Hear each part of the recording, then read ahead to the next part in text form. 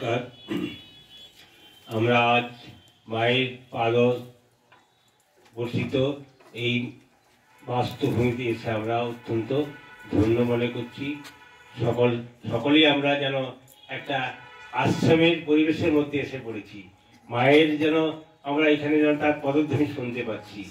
যা আজকের যে এই পাঠচক্রে যে সমস্ত ভক্তবৃন্দ এবং অনলাইনে আছেন সবাইকে আমার প্রীতি শুভেচ্ছা ভালোবাসা এবং যথাযোগ্য স্থানে প্রণাম জানিয়ে আমি বিবেকানন্দের যে বক্তৃতামালা শিকাগো, সেই বক্তৃতামালার পূর্বের এবং পরের ঘটনাগুলির কিছু কিছু বিষয় আমরা জানব।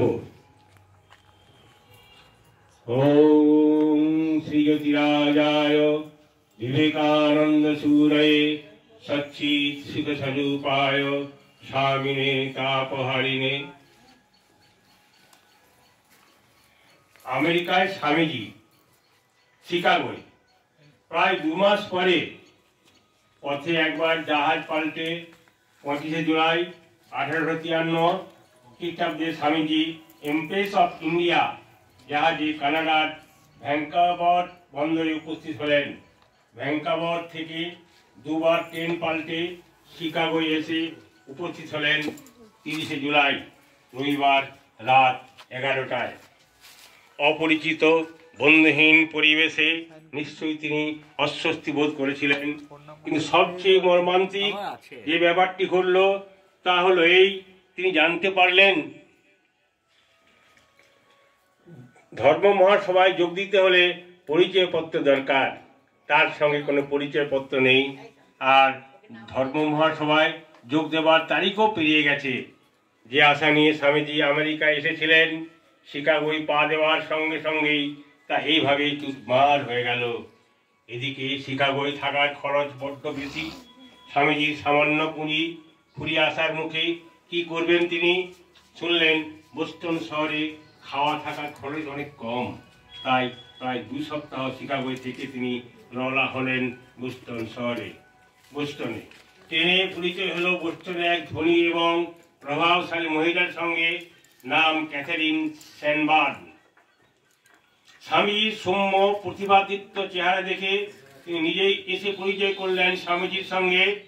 2-1টি কথা বলেই তিনি মুগ্ধ হলেন এবং স্বামীজিকে আমন্ত্রণ জানালেন তার খামার বাড়িতে থাকবার জন্য।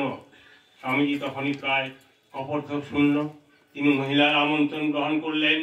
বোস্টনের সেই খামার বাড়ি থেকে কিছুদিন পরে স্বামীজি তার এক শিষ্যকে চিঠিতে লিখেছেন, এখানে থাকায় আমার এই অসুবিধা হয়েছে যে প্রতিদিন 1 পাউন্ড করে যে খরচ হচ্ছিল তা বেঁচে যাচ্ছে, আর তার লাভ এই যে তিনি তার বন্ধুদের নিমন্ত্রণ করে ভারতে এক অদ্ভুত জীব দেখাচ্ছেন। এই চিঠিতে পরে যে কথাগুলি তিনি লিখেছেন তার থেকে বোঝা যায় সর্বাবস্থায় তিনি কতটা ঈশ্বরের উপর নির্ভরশীল ছিলেন।